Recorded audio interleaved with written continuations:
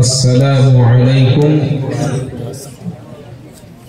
আসসালামু আলাইকুম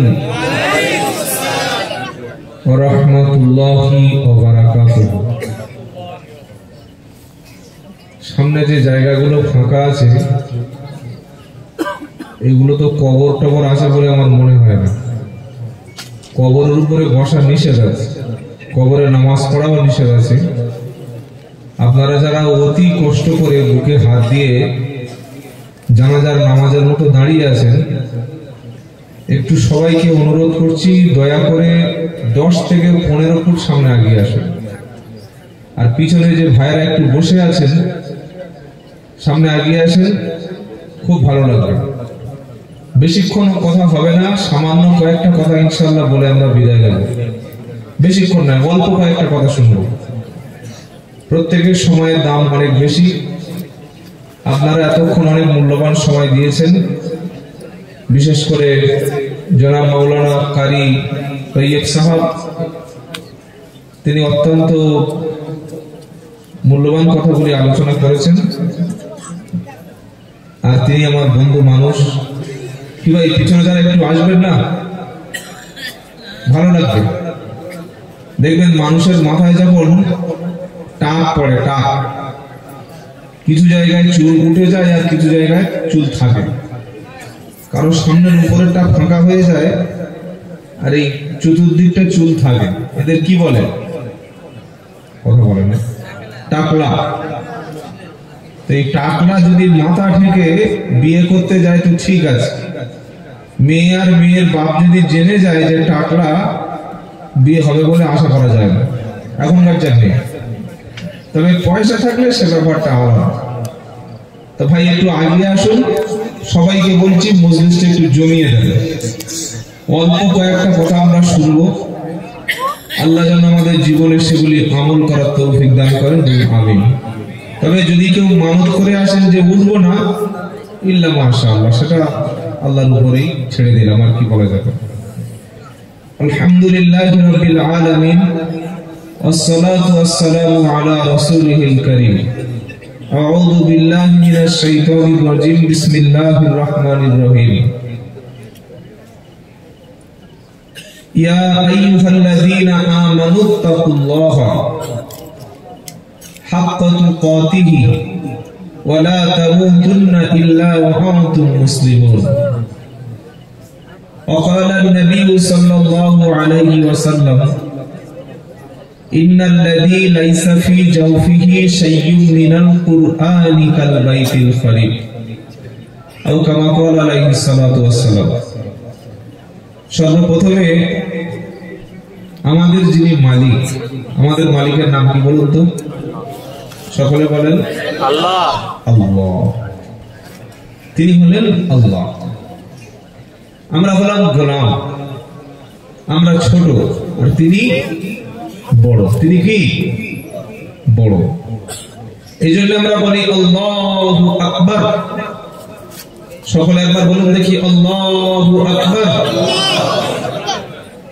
পশ্চিম মেদিনীপুরের ভয়েস এত শর্ট নয়, কণ্ঠ শর্টটা বাড়াতে হবে। মনের সমস্ত সাহস, ঈমান একসঙ্গে নিয়ে বাপ বেটাতে, ভাই ভাইয়ে মিলে মিশে সকলে চিৎকার করে বলুন আল্লাহু আকবার। এইবার কেমন হলো? ভালো লাগছে না? মুশরিকদের কাছে, দ্বীনের দুশমনদের কাছে, ইহুদিদের কাছে, খ্রিস্টানদের কাছে, কোরআনের শত্রু যারা, তারা সব সহ্য করতে পারে, কিন্তু আল্লাহু আকবার সহ্য করতে পারে না। দ্বীনের দুনিয়ার শুরু থেকে আজ পর্যন্ত একটা লড়াই চলে আসছে। ও লড়াইটা হচ্ছে হকের সাথে বাতিলের লড়াই, সত্যের সাথে মিথ্যার লড়াই, দ্বীনের সাথে বদ্দীনের লড়াই, ইনসাফের সাথে জুলমের লড়াই, ন্যায়ের সাথে অন্যায়ের লড়াই। কি ভাই শুনছেন আপনারা? নূরের সাথে জুলুমাতের লড়াই, ইলমের সাথে জাহালাতের জিহালাতের লড়াই। কিন্তু আল্লাহ রাব্বুল আলামিন তিনি বলেছেন, তিনি তার দ্বীনকে, তার নূরকে, তার তার ইসলামকে তিনি বিজয়ী করবেন। সুবহানাল্লাহ পড়েন। ইসলাম বিজয়ী হবে, ইসলাম বিজয়ী হবে। এবং দিকে দিকে হচ্ছে। পিউ রিসার্চ সেন্টার বলে একটা সংস্থা আছে, তারা সার্ভে করে বলেছে যে ইউরোপ এবং আমেরিকার মধ্যে এখন তো সবচেয়ে বেশি বাড়ছে ইসলাম, আলহামদুলিল্লাহ, কিন্তু 2050 সালে ইউরোপ এবং আমেরিকার মধ্যে সবচাইতে বেশি সেই ধর্মের মানুষ থাকবে, তারা হবে ইসলাম। এখানে শরীর কি বলা দরকার ছিল? সুবহানাল্লাহ, আলহামদুলিল্লাহ। কি আশ্চর্য, কোথাকার মলম কোথায় লাগাতে হয় সেটা জানে না। আল্লাহ হেফাজত করে বলুন আমিন। আলহামদুলিল্লাহ। যেমন কথা শুরুর আগে একটা সুসংবাদ আপনারা দেখেছেন, নিউ ইয়র্ক সিটি, জানেন তো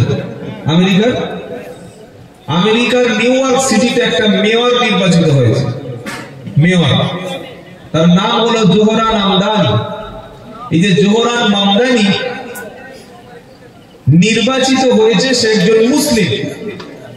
তো এইটা নিয়ে সারা পৃথিবীর সমস্ত মিডিয়া, সমস্ত টেলিভিশন চ্যানেল তারা বলছে কি, নিউ ইয়র্ক সিটিতে মাত্র 7% মুসলিম, 7%,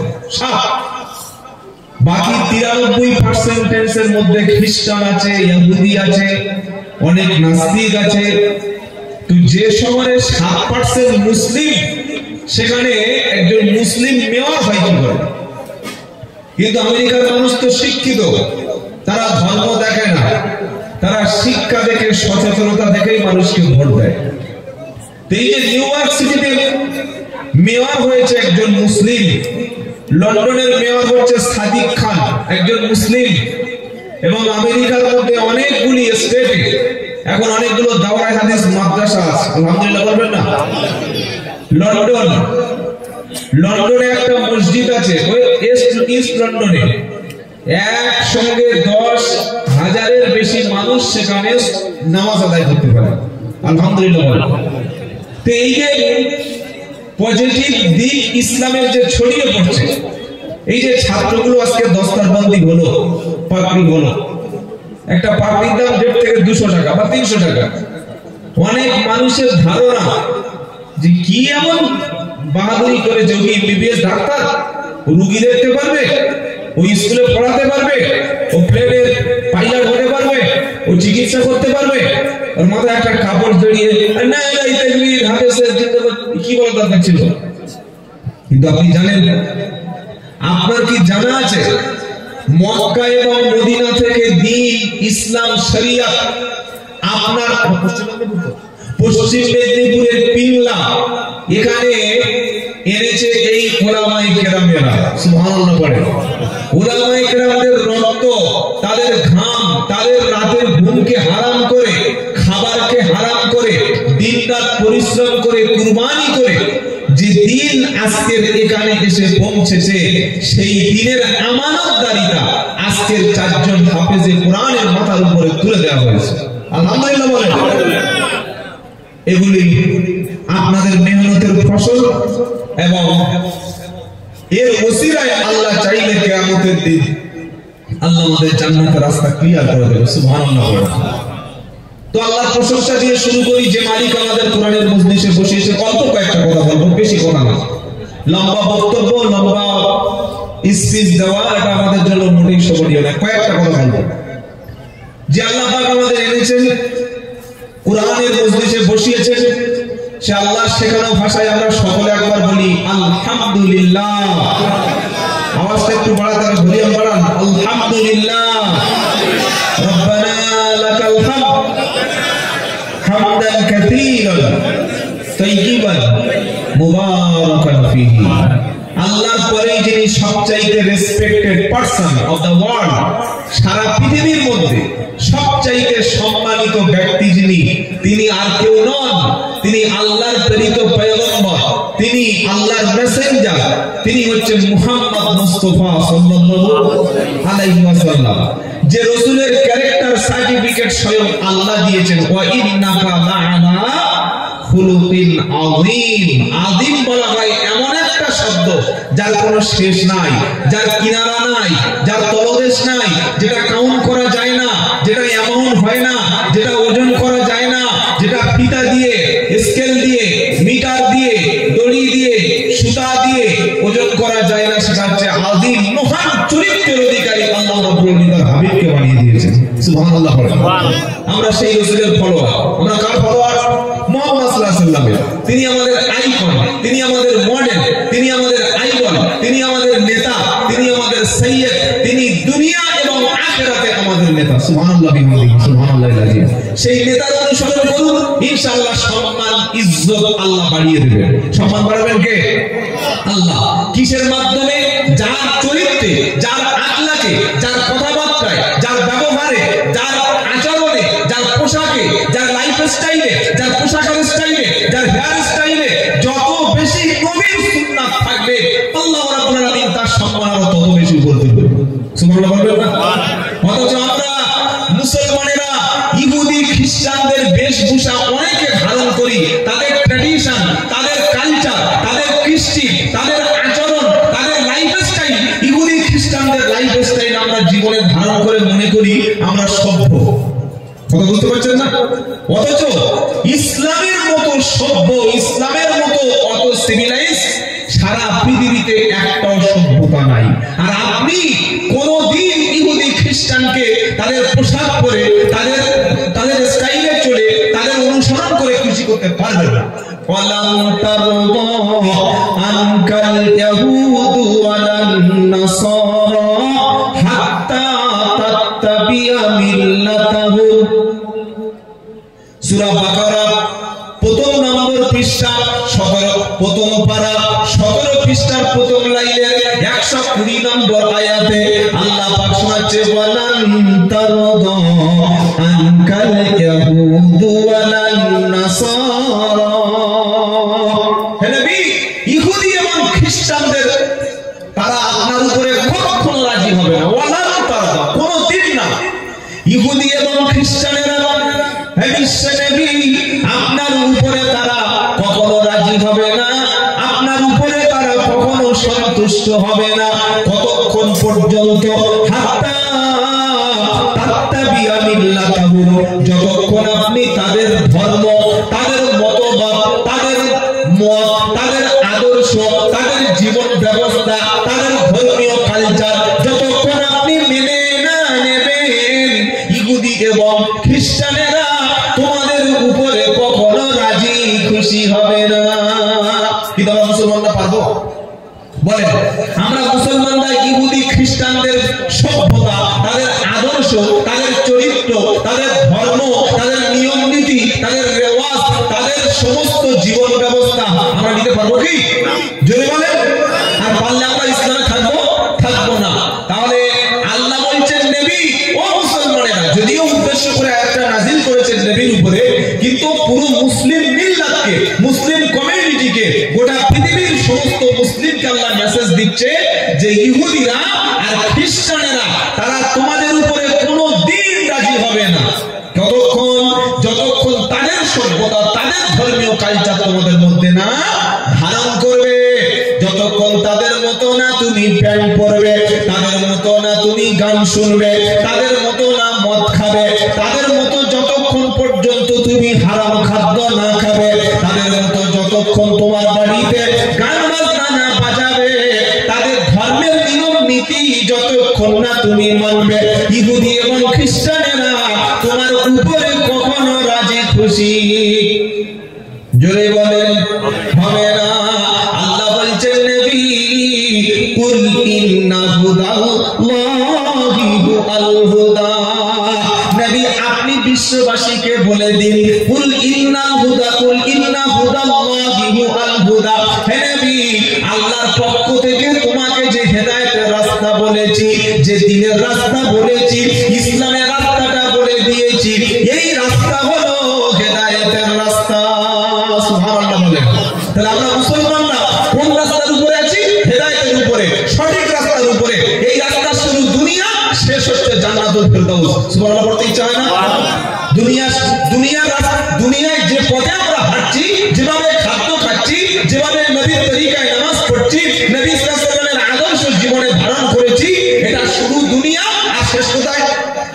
জান্নাতুল ফেরদাউস যাব ইনশাআল্লাহ।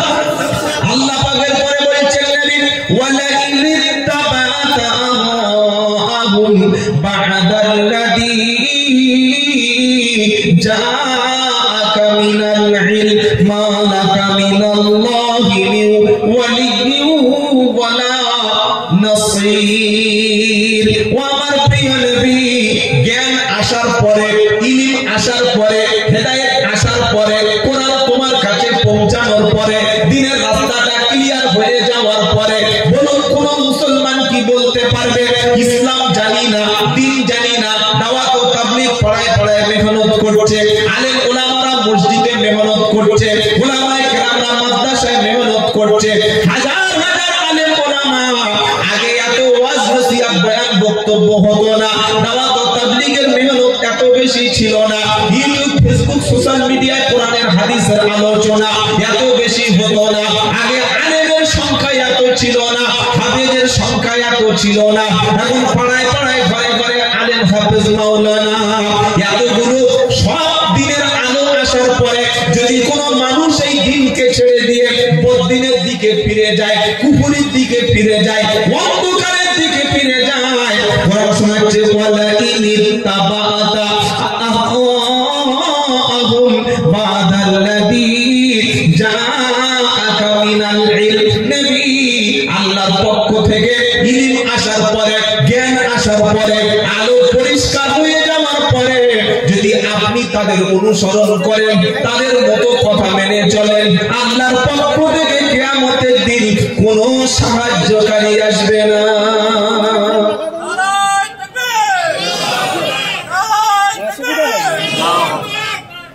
বাড়ির পাশে মসজিদে আজান হচ্ছে, আসরের সময় শুয়ে শুয়ে ঘুম থেকে উঠে সিগারেট টানছে। কি টানছে বলেন? সিগারেট। ওনার স্ত্রী নামাজে ছিল, বললে হ্যাঁ নামাজ পড়তে যাবে না, নামাজের বয়স হয়েছে, নামাজের বয়স হয়েছে। বললে বয়স হয়েছে কি করে বুঝলে? দাড়ি পেকেছে, দাড়ি পেকেছে, দাড়ি পাকলে তো তবে মসজিদে যাবে। দাড়ি পাকা পর্যন্ত আজরাইল এসে আর ওই আপনার পিংলায় বসে থাকবে না, আজরাইল এসে ঢেবরা বসে থাকবে যে দাড়িটা পাকুক তবে যাব। কি ভাই কথা বুঝে আসছে কি? মুসলমানের ছেলে কষ্ট লাগে কোন জায়গায়? গ্রামে মসজিদ, গ্রামে মাদ্রাসা, গ্রামে আলেম ওলামা লটারির টিকিট কাটছে। আল্লাহু আকবার, মুসলমান লটারির টিকিট কাটছে। তবে আপনারা দেখেন নাই, সব আল্লাহওয়ালা মানুষ কি আছে নাকি? লটারির টিকিট আছে? ছি ছি ছি ছি, আস্তাগফিরুল্লাহিল আযীম। আল্লাহ হারাম করে দিয়েছে কোরআনে 4 নম্বর 7 নম্বর পারা 2 নম্বর পৃষ্ঠা 1 নম্বর লাইন 90 নম্বর সব হারাম। ইয়া আইয়ুহাল্লাযীনা আমানু ইন্নামাল খামরু ওয়াল মাইসিরু ওয়াল আনসাবু ওয়াল আজলামু রিজসুম মিন আমালিশ শাইতান ফাজতানিবুহু লাআল্লাকুম তুফলিহুন। ওই বান্দারা নিশ্চয়ই মদ, জুয়া, লটারি, ভাগ্যের বেদি সব শয়তানের কাজ। যদি জীবনে সফল হতে চাও এগুলো থেকে বেঁচে থাকো, বাঁচবো ইনশাআল্লাহ। আপনি বাঁচবেন কিভাবে? কাল সকালবেলা আনন্দবাজার পত্রিকা, বর্তমান পত্রিকা, দৈনিক সংবাদ পত্রিকা লিখে দেবে বর্তমানের শক্তিগড়ে অমুক ব্যক্তি 1 কোটি টাকা লটারিতে পেয়েছে। এটা শুনে মানুষ আমরা কি বলবো? কি বলবো এটা শুনে? আল্লাহ যাহাই হোক, আসরের নামাজ পড়ে দোয়া করছে, আল্লাহ আজকে যেন 1 কোটি পড়ে, 40 লাখ মসজিদে দেবো, 5 লাখে খরচ করে আসবো, বাকিটা খাবো। যখন 1 লাখ 1 কোটি টাকার লটারি পেপার পত্রিকায় দেখছে অমুক ব্যক্তি পেয়েছে, ভাই পায় না? আরে হ্যাঁ না, বলে না 1 কোটি টাকা হয়তো মাসে একজন কাউকে দিল, বাকি লটারির টিকিটটা বেচে কোটি কোটি টাকা যে সরকারি এবং লটারি কোম্পানি তাদের কোষাগারে নিল, এই হিসাব আছে? হিসাব তো আমরা করি না। আমরা মনে করি বর্তমানে 1 কোটি পড়েছে, তার আগের দিন নদিয়ায় পড়েছে, তার আগের সপ্তাহে হাওড়ায় সাঁতরাগাছিতে একজন 1 কোটি পেয়েছে, আমি মনে হয় পাবো। আমি সেই লোক, আমি সেই সৌভাগ্যবান। যাহাই হোক, আসরের নামাজ পড়ে দোয়া করে লড়াই কি করার আগে বিসমিল্লাহ ইমান থাকবে, ইমান থাকবে তো আল্লাহ হেফাজত করুক সকলে, আল্লাহুম্মা আমিন। বাবা জিরা আল্লাহ ভাইরা, আমরা মুসলমান, আমরা ধর্মীয় কথা, ইসলামের কথা, দ্বীনের কথা মজবুত করে মানব এবং ধরবো, বলি ইনশাআল্লাহ। আল্লাহ দ্বীন ইসলামকে পরিষ্কার করে দিয়েছেন। আর আমাদের ইসলাম ছাড়া অন্য কোন মন্ত্র তন্ত্র মতবাদ মানলেই ক্ষতিগ্রস্ত হব। মাইয়াবতাগি গায়রাল ইসলামি দীনান ফালাই ইকবালা মিনহু ওয়া হুয়া ফিল আখিরাতি মিনাল খাসিরিন।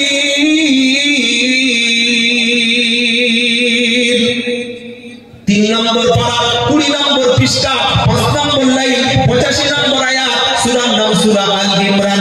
আল্লাহ বলেছেন ইয়াবতাগি গায়রাল ইসলামি দীনা, জীবন ব্যবস্থা হিসাবে, মনোনীত ধর্ম হিসাবে, জীবনের সিস্টেমটা হিসাবে, ধর্ম হিসাবে ইসলাম ছাড়া অন্য কোনো মতবাদ, অন্য কোনো তরিকা, অন্য কোনো পদ্ধতি, অন্য কোনো জীবন ব্যবস্থা ইসলাম ছাড়া যদি কেউ ধারণ করে, যদি কেউ মেনে নেয়, যদি কেউ আমল করে, যদি কেউ চলতে থাকে, আল্লাহ বলেছেন ফালাই ইকবালা মিনহু, আমি কিয়ামতের দিন তার কোনো আমল কবুল করব না, তার দিন কবুল হবে না, তার দান কবুল হবে না, তার স্যাক্রিফাইস কবুল হবে না, তার সামাজিক ভালো কাজ কবুল হবে না, তার চ্যারিটি ট্রাস্ট কবুল হবে না, তার সরকারি অনুদান কবুল হবে না, তার কোনো কাজ আমি আল্লাহ কবুল করব না।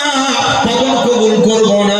যখন ওই ব্যক্তি ইসলাম ছেড়ে, দিন ছেড়ে অন্য ধর্ম, অন্য মতবাদ, অন্য ইসলাম, অন্য কোন পদ্ধতি তালাশ করবে, আমি আল্লাহ কবুল করব না। ওয়া হুয়া ফিল আখিরাতি মিনাল খাসিরিন, আখিরাতে ধ্বংসের মধ্যে ক্ষতিগ্রস্ত হয়ে যাবে। অনেক মুসলমান বলে ইসলামও ভালো, খ্রিস্টান ধর্ম ভালো, ইসলামও ভালো, আমার ওই জৈনদের ধর্ম ভালো, ইসলাম ভালো, শিখ ধর্ম ভালো, সব ধর্মকে ভালো কথা বলে। এটা কুফরি কথাবার্তা, এটা মুনাফিকির আলামত যে সব ধর্মে ভালো আছে। আপনি মুসলমান, আল্লাহর মনোনীত জীবন ব্যবস্থার নাম হলো ইসলাম। ইসলামকে চুজ করেছেন কে? আল্লাহ। ইসলামকে সিলেক্ট করেছেন কে? আল্লাহ। কোথায় আছে? ইন্নাদ দীনা ইনদাল্লাহিল ইসলাম,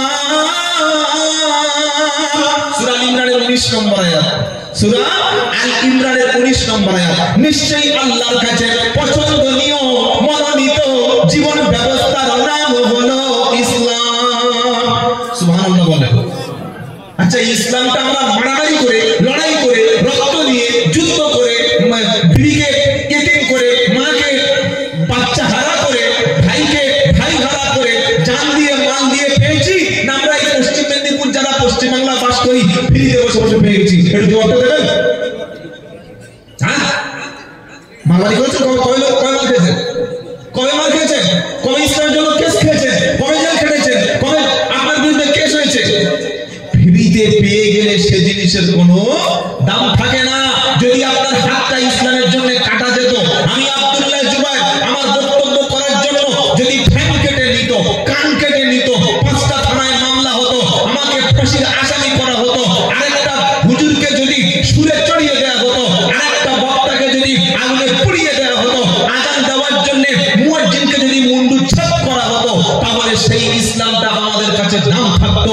আমাদের আলেম ওলামারা ধরে ধরে বলছে, ধরে ধরে ডাকছে, হাতে ধরছে, পায়ে ধরছে, মসজিদের পাশে পায়ে ধরছে, খাবার দিয়ে ডাকছে, মাদ্রাসা থেকে ডাকছে, জমিয়ত থেকে ডাকছে, ওলামারায় ডাকছে, কে কার ডাক শুনছে? বলছে বলুক কি দাম আছে। ইসলামটা আমি ফ্রিতে পেয়েছি, কষ্ট করতে হয়নি, আমার কোনো কুরবানি নেই, আমি ফ্রিতে পেয়েছি, তাই কোনো দাম নাই। কিন্তু আমি পূর্বে বসে শুনিয়েছি যে ইসলামটা পশ্চিম মেদিনীপুরের এই পিংলায় পৌঁছাতে হাজার হাজার উলামায়ে কেরাম, হাজার হাজার সাহাবায়ে কেরাম, হাজার হাজার উলামায়ে কেরামদেরকে কুরবানি করতে হয়েছে, জীবন কুরবান দিতে হয়েছে। ইমাম আযম আবু হানিফা রাহমাতুল্লাহ আলাইহি মৃত্যু কোন জেলখানা, কোন দরবারে মৃত্যু হয়নি, গদির উপরে হয়নি, মাজারে মৃত্যু হয়নি, ঘরের কোণে মৃত্যু হয়নি, তার শাহাদাত কোথায় হয়েছে? জেলখানার মধ্যে। বিশ্বনবী মুহাম্মদ মুস্তাফা সাল্লাল্লাহু আলাইহি সাল্লাম দ্বীনের প্রচারের জন্য ঘরে থাকতে পারেনি, 350 কিলোমিটার দূর মক্কা থেকে মদিনায় পৌঁছাতে হয়েছে, সেখানে তাকে দেশ ত্যাগ করতে হয়েছে, হিজরত করতে হয়েছে। তবে আজকের ইসলাম পেয়েছি। সকলে বলুন যে আমার ধর্মের নাম ইসলাম আর আমি পরিপূর্ণ ইসলাম মানব, বলি ইনশাআল্লাহ। আল্লাহ পাক বলছে ইয়া আইয়ুহাল্লাযীনা আমানু দুখুলু ফিস-সিলমি কাফা ওয়া লা তাত্তাবিউ খুতুওয়াতিশ শাইতান ইন্নাহু লাকুম আদুউম মুবিন। দ্বিতীয় পারা 11 নম্বর পৃষ্ঠা 8 নম্বর লাইন 208 নম্বর আয়াত সূরা বাকারা। আল্লাহ বলছে ও বিশ্বাসী ইমানদারেরা, উদুকুলু প্রবেশ করো ফিস-সিলমি ইসলামের মধ্যে, আনুগত্যের মধ্যে, কাফা পরিপূর্ণভাবে প্রবেশ করো। হাফ হাফ জানো চলবে না। তুমি নামাজটা পড়ছো আল্লাহর হুকুম মতো, ব্যবসা করবে আল্লাহর হুকুম মতো, যে আল্লাহর হুকুম মতো নামাজ পড়ছো ওই আল্লাহর হুকুম মতো তুমি দ্বীনের প্রচার করবে, যে আল্লাহর হুকুম মতো তুমি নামাজ পড়ছো ওই আল্লাহর হুকুম মতো তুমি পোশাক পরবে, যে আল্লাহর হুকুম মতো নামাজ পড়ছো ওই আল্লাহর হুকুমে তুমি তোমার সম্পত্তিটা তোমার বোনকে তোমার ভাইকে সেইভাবে ভাগ করবে, যে আল্লাহর হুকুম মতো নামাজ পড়ছো ওই আল্লাহর হুকুম মতো তুমি সত্য কথা বলবে, হালাল খাদ্য খাবে, মিথ্যা বলবে না, চুরি করবে না, জেনা করবে না, ওজনে কম দেবে না, খাদ্যে ফাঁকি দেবে না, তবেই তুমি মুসলমান। একজন সেদিন বললো হুজুর আমাদের পাড়ায় 4-5টা হাজি সাহেব আছে। কটা হাজি সাহেব? আপনাদের হাজি সাহেব আছে? আছে তো মাশাআল্লাহ। তো বললে একজন হাজি আছে তিনি ট্রিপল হাজি, মানে কবার হজ করেছে? 3 বার ট্রিপল হাজি। এই বললাম খুব ভালো, আলহামদুলিল্লাহ, আল্লাহ যেন নাকি হায়াতে তাইয়্যিবা দান করে। বুঝলি আমিন, খুব জোরে আমিন বললেন। বাবা বলবেন কি যে হাজি সাহেবটা 3 বার হজ করেছে তার সোর্স অফ ইনকামটা কি ছিল, তিনি কোন টাকার উপরে ভিত্তি করে কিসের ভিত্তিতে গিয়ে হজ করে এসেছে? বলছে উনি চাকরি করতেন, একজন সরকারি মানে অফিসার ছিলেন, এখন রিটায়ার হয়ে গেছে, রিটায়ার হয়ে যাওয়ার পর হজ করেছেন।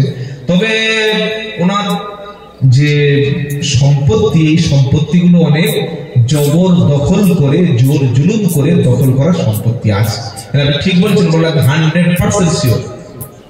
বলুন, আমার নাম আব্দুল্লাহ জুবায়ের শেখ, আমার বাড়ি 24 পরগনার বারুইপুর থানা, চাম্পাহাটি। এখন আমার বাড়ি ধরুন আমি 5 কাঠা জায়গার উপরে ঘর করেছি। ক কাঠা? 5 কাঠা। আমার বাড়ির পাশে আর একটা গরিব মানুষ বাস করে, খুব অসহায়, বা বিধবা মা, তার স্বামী নাই, 2 বাচ্চা দিয়ে একটা বাচ্চা নিয়ে থাকে। আমার প্রভাব আছে, রাজনৈতিক অনেক সোর্স আছে, পপুলারিটিও আছে, সবকিছু আছে।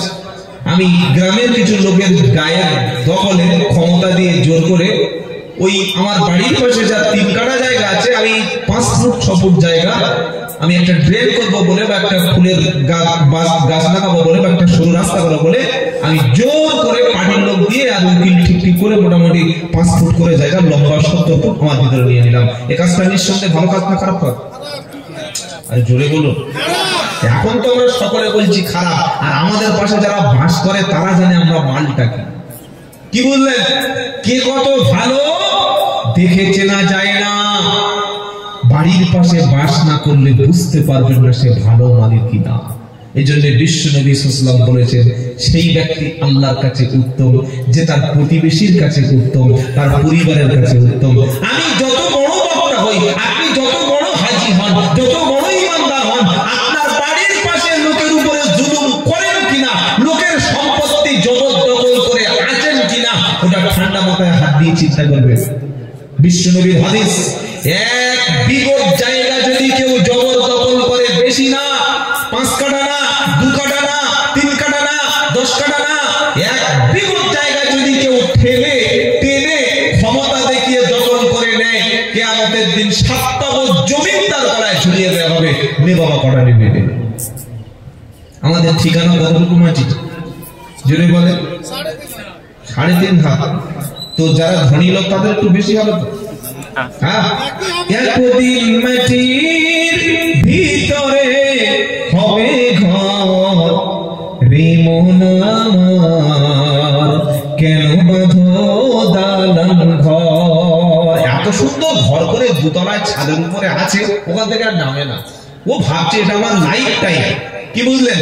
ও আর কোনোদিন এক্সপায়ার হবে না, ডেট ফেল হবে না। ওখানেই খাচ্ছে, ওখানেই ঘুমাচ্ছে, ওখানেই গোসল, ওখানেই ওযু, ওখানেই নামাজ, সব ওখানে। কবি কি বলছে? একদিন মাটির ভিতরে হবে ঘর, রে মন আমার কেন বাঁধো দালান ঘর।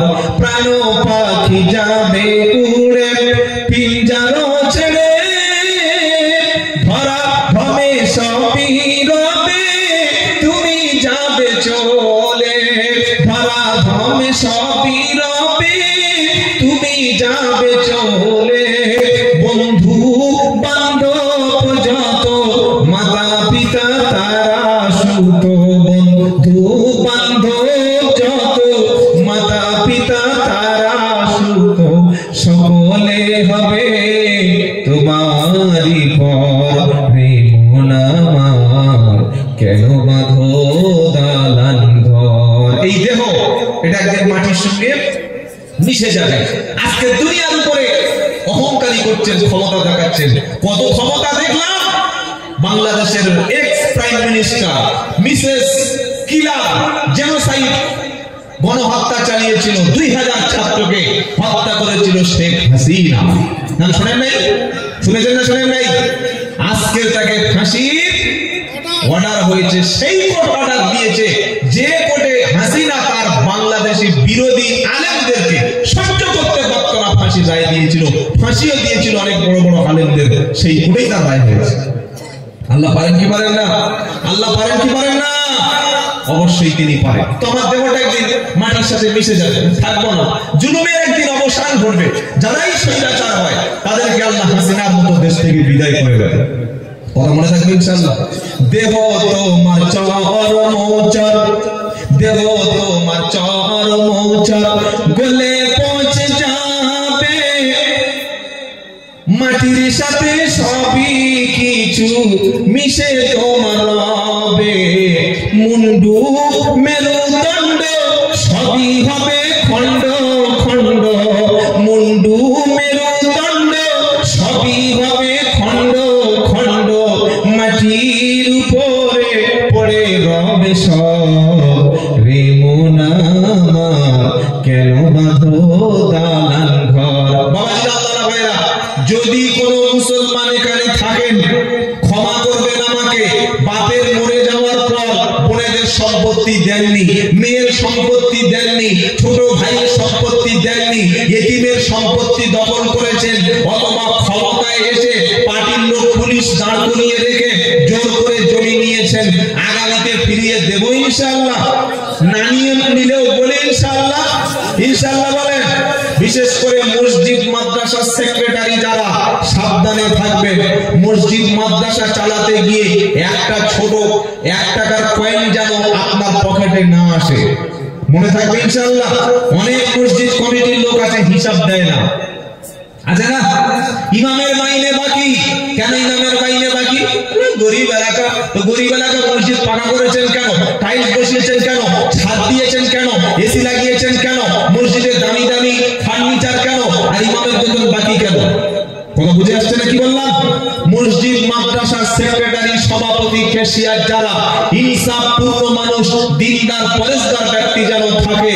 আমরা মানুষের সম্পত্তি 1 টাকাও যেন জেনে বুঝে অপরের সম্পত্তি দখল না করি। কথা মনে থাকবে ইনশাআল্লাহ। যদি করি, কিয়ামতের দিন সেটা সমস্ত সব ডকুমেন্টস সিসি ক্যামেরায় আল্লাহ পাক তুলে দেবেন। কোথায় আছে? ফামাইয়া আমাল মিসকালা যাররাতিন খায়রান ইয়ারা ওয়া মাইয়া আমাল মিসকালা যাররাতিন শাররান ইয়ারা। সূরা জিলজালার শেষ 2টি আয়াতে আমার আল্লাহ বলছে, তুমি যদি ভালো কাজ করো, ভালো আমল করো, সেটা যদি সামান্য পরিমাণ হয়, যেটা খালি চোখে দেখা যায় না, চশমা লাগিয়ে দেখা যায় না, যেটা দেখার জন্য মাইক্রোস্কোপ লাগে, দূরবীন লাগে, জুম করতে হয়, অত সামান্য পরিমাণ ভালো কাজ যদি করো, আমি আল্লাহ সবার সামনে তুলে ধরবো। আবার যদি সামান্য পরিমাণ খারাপ কাজ সামনে সেদিন তুলে ধরবো। আল্লাহ জুলুম থেকে, অবিচার থেকে, পরের সম্পত্তি দখল করা থেকে আমাদের সবাইকে হেফাজত করুক। সকলে বলি আমিন। বলেন আমিন। আমিন। প্রচুর মুসলমান আছে আমাদের সমাজে, নামাজও পড়ে, কোরআনও পড়ে, আবার বলে হুজুর আমি মুসলমান, কিন্তু ছেলের বিয়ে দেওয়ার সময় মেয়ের বাপের কাছ থেকে কি করে মালটা ছাড়বো, কি করে মেয়ের বাপের কুরবানি দেব, সেই চিন্তা করার জন্য অনেক ফিকির করে। এরকম মুসলমান আছে না নাই? বুঝছি আমি ভালো মানুষ, দাঁড়িয়ে আছে, টুপি আছে, আমি চাইতে পারি যা ঠিক করবে আমার বড় জামাই। এই কত বড় হারাম খোর, নিজে খাবে না, নিজে বলবে না, নিজে হাত পাতবে না, কন্ট্রাকচুয়াল সিস্টেমটা বড় জামাইকে দিয়ে করবে। যা বলবে আমার বড় জামাই, আমার ছেলে ভালো, পয়সার অভাব নাই, তবে ঘরটা একটু সাজিয়ে দিলে ভালো হয়, একটা ওই বুলেট বাইক যেগুলো 3 লাখ টাকা ওই বলে একটা দিলে ভালো হয়, 2 লাখ টাকা ক্যাশ দিলে পরে আমি ফিরিয়ে দেবো। আমি আল্লাহ মানুষ আস্তাগফিরুল্লাহ তাওবা তাহাজ্জুদ করি, ওসব আমি খাই না। কি ভাই আছে না নাই? মেয়ের বিয়ে দিতে গিয়ে মেয়ের বাপের জমি বিক্রি করতে হয়, ভিক্ষা করতে হয়, লোকের কাছে হাত পাততে হয়, আর তুমি ছেলের বাপ মেয়ের বাপের কাছে হাত পেতে সম্পত্তি নিয়ে জুলুম করে জবরদখল করে ঘর সাজিয়ে নিয়েছো, বাইক নিয়ে নিয়েছো, নগদ 3 লাখ টাকা নিয়েছো, 250 জন বরযাত্রী গিয়েছো, গিয়ে শেষে সব অনুষ্ঠান হয়েছে, জুলুম করে হারামি খেয়ে নাজায়েজ কাজ করে, আর শেষে বলছি দোয়া করে দাও। কিসের দোয়া? হারাম করার জন্য আবার দোয়া কিসের ভাই? যে পরের সম্পত্তি দখল করে নেয়, মেয়ের বাপের জবাই করে, বিয়ের সময় মেয়ের বাপকে কাঁদায়, মেয়ের বাপের পাগল করে দেয়, বলছে মেয়ের বাপ কই, বলছে মাথায় গামছা দিয়ে বসে আছে, ছাড়া গেঞ্জি পরে, ওটা মেয়ের বাপ। বিয়ের দিন মেয়ের বাপের এই অবস্থা কেন? বলে মাথায় ঠিক নাই। কি হয় না? হয় না? মেয়ের বাপের মাথায় ঠিক নাই। কেন ঠিক নাই? তার সম্পত্তি গুলো, তার মালগুলি মেয়ে বিয়ে দিতে গিয়ে 10 লাখ টাকা পর্যন্ত খরচ হয়ে যায়। এই মুসলমান সমাজে আজকে এই সমস্ত কাজ চলছে। যুবকদের বলছি, যাদের বাড়িতে বেটা ছেলে আছে, নিয়ত করি সুন্নাহ অনুযায়ী বিয়ে করবো। কি হলো? ও আচ্ছা আচ্ছা বাবা, যদি তোমাদের অসুবিধা হয় তোমরা চলে যাও, অসুবিধা নেই, যাও যাও যাও।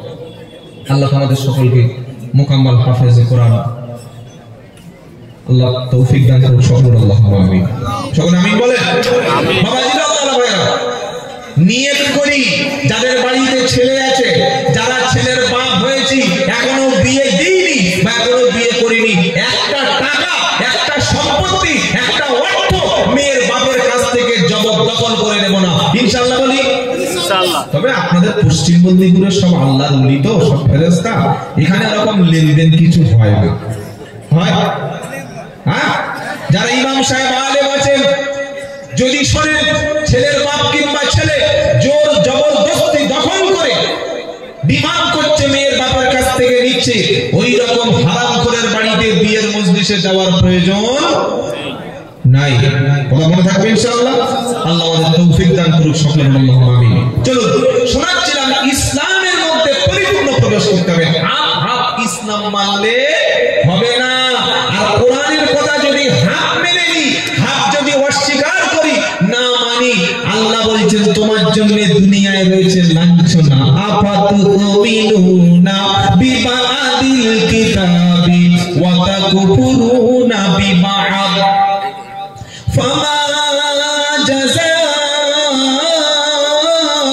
মান ইয়াফআলু যালিকা মিনকুম ইল্লা খিসয়ুন ফিল হায়াতিদ দুনিয়া ওয়া ইয়াউমাল কিয়ামাতি ইউরাদ্দুনা ইলা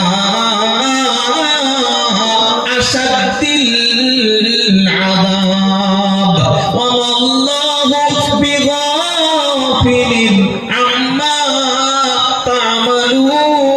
তা'মালুন। প্রথম পারা 13 পৃষ্ঠা, 14 পৃষ্ঠা, 6 নম্বর লাইনের 85 নম্বর আয়াত সূরা বাকারা। আল্লাহ পাক বলে দিলেন, আফাতুমিনুনা বিবাদিল কিতাবি ওয়া তাকফুরুনা বিবাদ। কোরআনের কিছু কথার উপরে ঈমান আনবে, আর কিছু কথার উপরে ঈমান আনবে না। তোমার যেটা ভালো লাগবে কোরআনের সেই কথাটা মেনে নেবে, যেটা তোমার ভালো লাগবে না সেটা তুমি অস্বীকার করবে, সেটা তুমি মানবে না। আমি আল্লাহ আল্লাহ শুনিয়ে দিচ্ছি, তাহলে শুনে রাখো, এই দুনিয়ার জিন্দেগিতে তুমি কোনো জায়গায় সম্মান পাবে না। যেখানে যাবে অমর্যাদা হবে, যেখানে যাবে মান সম্মান হারাবে, কখনো লাথি খাবে, কখনো ঝাঁটা খাবে, কখনো অপমান হবে। সম্মান তো তারাই পাবে যারা পরিপূর্ণ ইসলামের কথাগুলি মেনে নেবে। নারায়ে তাকবীর। পরিপূর্ণ ইসলাম মানব, পরিপূর্ণ ইসলাম মানব বলে ইনশাআল্লাহ। পরিপূর্ণ ইসলাম মানতে গেলে কোরআন বুঝতে হবে, কোরআন বুঝতে গেলে কোরআন পড়তে হবে, কোরআন পড়তে গেলে আলেমদের মজলিসে বসতে হবে। আলেমদের মজলিসে বসা ছাড়া, আলেমদের সোহবতে আসা ছাড়া মোবাইল ঘেটে দিন পালন করা।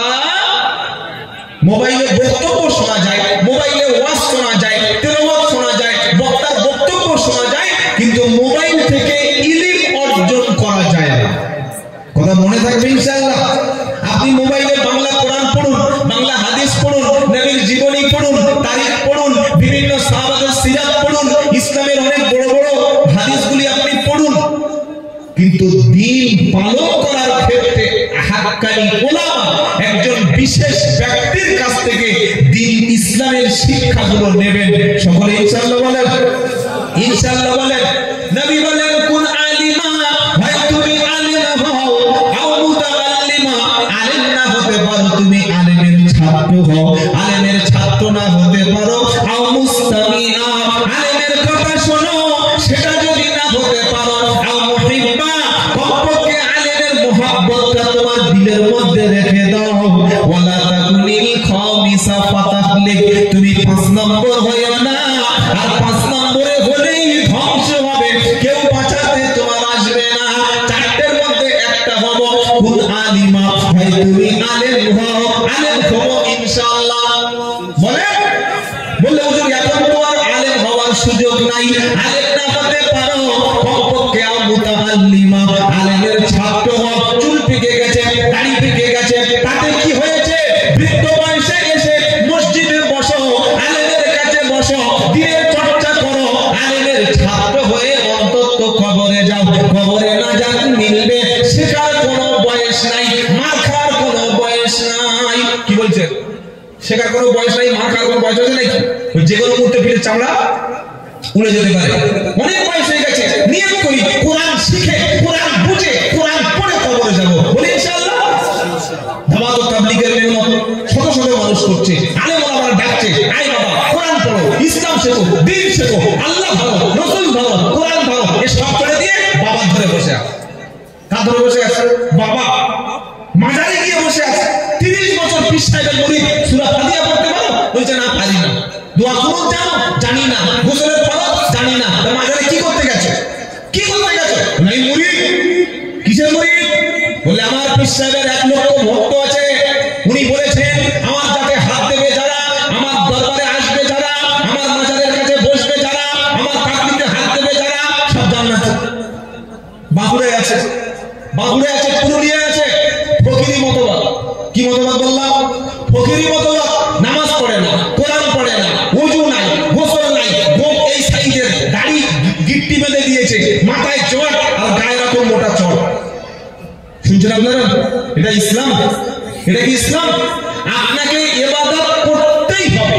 ইবাদত ছাড়া, নামাজ ছাড়া, কোরআন ছাড়া, পবিত্র অর্জন ছাড়া কেউ কোনোদিন পীর হতে পারে না। পীর চিনবেন কিভাবে? এখন তো সকলে বলছে আমরা পীর। কি বুঝলেন?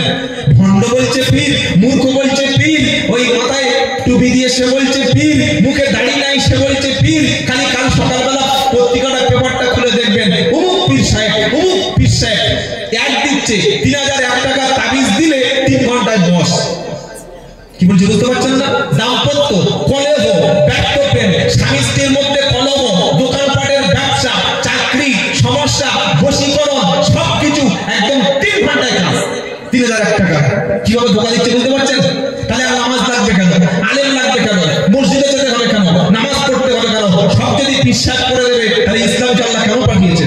মনে রাখবেন, হাক্কানি পীর, হাক্কানি আলেমদের আমরা সম্মান করি, কিন্তু কোরআন পড়তে পারে না, ইসলাম জানে না, নামাজ নাই, চরিত্র নাই, দ্বীন নাই, দাড়ি নাই, তাহাজ্জুদ নাই, নবীর সুন্নাত নাই, সুন্নতি পাবন্দি নাই, সে পীর হয় কি করে?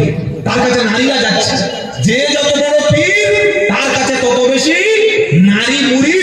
আবার মেয়েরা, এই সমস্ত পীর দেখলে মেয়েদের খুব দুর্বলতা আছে। আলেমদের দুর্বলতা নাই, হাক্কানি আলেমদের কথা শুনতে চায় না, আল্লাহ ওয়ালাদের কথা শুনতে চায় না, ওলামায়ে দেওবন্দের কথা শুনলে গায়ের উপরে জ্বালা ধরে যায়। কোরআনের কথা বললে সহ্য হয় না, হাদিস থেকে কথা বললে সহ্য হয় না, দাওয়াত তাবলীগের আমার ভালো লাগে না। কিন্তু কোন ভণ্ড এসে বলে দিল যে ভাইরা আমার, বোনেরা আমার, কোনো ভয় নাই, আমি তোমাদের সব কটা জান্নাতে নিয়ে চলে যাব, ওই কথা শুনে নামাজ ছেড়ে দিয়ে বসে আছে। বলুন তো, একজন সাহাবা ছিল যে সাহাবা নামাজ পড়তেন না? ছিল। একজন আলেম হাক্কানি আছেন যার নামাজ লাগবে না, কোরআন লাগবে না, নবীর সুন্নাত লাগবে না? মনে রাখবেন, পীর মানুষ তৈরি করে, পীর কোনদিন ফেরেশতা এসে তার উপরে ওহী হয় না। আমরা পীর বলি বলেই সে পীর। কি বলছি কথা বুঝতে পারছেন না? তাই জীবনে যদি সফলতা পেতে চান, ধ্বংস যদি হতে না চান, চারটির মধ্যে পড়ুন, কোন আলিমা, হয় আলেম হও, আলেম না হতে পারো, আও মুতাআল্লিমা, আলেমের ছাত্র হও, আলেমের ছাত্র না হতে পারো, আও মুস্তামিয়া, অন্তত আলেমের কথা শোনো, আলেমের কথা শোনার সৌভাগ্য যদি না হয়, আও মুহিব্বা, আলেমের ভালোবাসা দিলের মধ্যে রাখবো। বলুন ইনশাআল্লাহ। এই যে ছাত্রদের দস্তারবন্দি হলো, আপনারা তখন কারি তাইয়েব সাহেবের কাছে 1000 টাকা, 5000, 10000 টাকা দিয়ে গেলেন। এটা কিসের ভালোবেসে? দিনের ভালোবেসে, আলেমদের ভালোবেসে, কোরআনের ভালোবেসে, বিশ্ব নবী মুহাম্মদ মুস্তাফা সাল্লাল্লাহু আলাইহি সাল্লামের ভালোবেসে। এই ভালোবাসা কিয়ামতের দিন বেকার হবে? জোরে বলেন না। আর যারা দুনিয়াতে লোক দেখাচ্ছে, আমার হাতে হাত দিলে, আমার মাজারে এসে সিজদা করলে, আমার পীর সাহেবের কাছে এসে কিছু বললে, এটা ব্যর্থ হয় না। আমরাও জান্নাতি, তোমাদেরকে নিয়ে চলে যাব। বলুন তো ভাই, জান্নাতি আর জাহান্নামী পাঠানোর ক্ষমতা কারো আছে? জান্নাতের মালিককে আল্লাহ, জাহান্নামে ফেলে দেওয়ার মালিককে আল্লাহ। যারা মিথ্যা প্রলোভন দেখাচ্ছে, নামাজ লাগবে না, কোরআন লাগবে না, দিন লাগবে না, খালি পীরের সঙ্গে সম্পর্ক রাখলেই জান্নাত। আজকের কয়েকটা আয়াত আপনাদের সামনে পরিবেশন করছি। আল্লাহ পাক কত ভয়ঙ্কর কথা কোরআনের মধ্যে বলে দিয়েছেন, শোনো। যেদিন কিয়ামতের দিন মানুষ উঠবে, ইসরাফিল আলাইহিস সালাম বাঁশি নিয়ে দাঁড়িয়ে আছে, সিংগায় ফুঁক দেবে আল্লাহর হুকুমে। ফাইদা নুফিখা ফিস সূরি ফালা আনসাবা বাইনাহুম ইয়াওমাইদিন ওয়ালা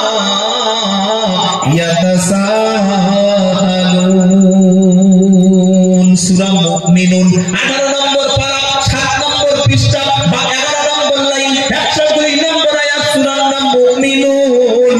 আল্লাহ বলছেন, ফাইদা নুফিখা ফিস সূরি ফালা আনসাবা বাইনাহুম ইয়াওমাইদিন ওয়ালা ইয়াতাসাআলুন। যেদিন বাঁশিতে ফুঁক দেবে, যেদিন আওয়াজ হবে, ও আওয়াজটা হলো কিয়ামতের আওয়াজ। কিয়ামতের দিন বাঁশিতে ইসরাফিল যেদিন ফুঁ দেবে, ফাইদা নুফিখা ফিস সূরি ফালা আনসাবা বাইনাহুম, তখন একে অপরের সঙ্গে বংশের সম্পর্ক, রক্তের সম্পর্ক, বাপ বেটার সম্পর্ক, ভাই ভাইয়ের সম্পর্ক, ভাই বোনের সম্পর্ক, স্বামী স্ত্রীর সম্পর্ক, বংশের সম্পর্ক, পরস্পর ভাই ভাই সম্পর্ক, সব সম্পর্কগুলি ছিন্ন হবে। আর ইয়াউমাইদিন ওয়ালা ইয়াতাসাআলুন, কিয়ামতের দিন কেউ কারো জিজ্ঞাসা করবে না, ভাই কেমন আছো, তোমার আমলটা কেমন হলো, এগুলি কেউ কারো জিজ্ঞাসা করবে না। ইসরাফিল আলাইহিস সালাম যেদিন বাঁশিতে ফুঁক দেবে, সেদিন বংশ মর্যাদা, পরস্পরের সম্পর্ক ছিন্ন হবে। আর কিয়ামতে কেউ কারো জিজ্ঞাসাবাদ করবে না। কেউ কারো জিজ্ঞাসা করবে না। কি অবস্থা হবে? ও আনদিরহুম ইয়াউমাল আজিফাতি ইদিল কুলুবু লাগাল হানাজিরি কাদিমিন মালিল যালিমিনা মিন হামিমি ওয়ালা ইউশাফিউ তুআ। পারা নাম্বার 24, পৃষ্ঠা নাম্বার 8, লাইন নাম্বার 2, আয়াত নাম্বার 18, সূরা নাম মুমিন। কোরআন শোনাচ্ছে, হে বিশ্ববাসী, তোমরা ওই কিয়ামতের দিন সম্পর্কে, ওই মহাবিপদের দিন সম্পর্কে, যে বিপদ সামনে আসছে, যে কঠিন মুসিবতটা সামনে আসছে, ওই সম্পর্কে তোমরা ভয় করো, আগে থেকে সাবধান হও। কারণ সেদিন কিয়ামতের ভয়ে মানুষের জানটা, মানুষের গলার কাছে জিহ্বা চলে আসবে। ভয়ে সেদিন মানুষের জিহ্বা, মানুষের মৃত্যুটা, কণ্ঠনালীটা গলার কাছে চলে আসবে। সেদিন কেউ কারো কোনো বন্ধু, নিকট বন্ধু, ভালোবাসার বন্ধু, বেস্ট আমাদের বন্ধু আছে না নাই? হে বাবা, আছে না নাই? হ্যাঁ, ফোনে 4-5 জন চলে আসবে। এত অন্তরঙ্গ বন্ধু, বাপের চাইতে বন্ধুকে বেশি ভালোবাসে, আছে না? মায়ের চাইতে বান্ধবীকে বেশি ভালোবাসে। আবার এখনকার ছেলেরা মানে কি করছে জানেন? ভাবিদের সঙ্গে, বৌদিদের সঙ্গে দেখি প্রেম করছে। ছি ছি ছি, তওবা তওবা তওবা, আস্তাগফিরুল্লাহ। ইয়াং মেয়েরা এখন আর পালায় না। আগে পালাতো সমাজে ইয়াং মেয়েরা, এখন পালাচ্ছে কারা? জোরে বলে। হ্যাঁ, এক ছেলে, 2 ছেলের মা পালাচ্ছে। এই উত্তর 24 পরগনার বারাসাত থানা আছে, বারাসাত। 5 মাসে 500 বাড়ির বৌমা তারা স্বামী রেখে পরপুরুষের সঙ্গে চলে গেছে। আর আমাদের সুপ্রিম কোর্ট 2013 সালে রায় দিয়েছে যে ভারতবর্ষে পরকীয়া কোন দোষের না। পরকীয়াটা কি জানেন? স্ত্রী, আপনার স্ত্রী, আপনি তার কাপড় দেবেন, খাবার দেবেন, চিকিৎসা দেবেন, ঘুরতে নিয়ে যাবেন, মনের আশা পূরণ করবেন, সবকিছু ব্যয়ভার বহন করবেন আপনি, আর তার লাভটা, ফসলটা ওঠাবে অন্যজন। এটা আপনি মনে করতে পারবেন না।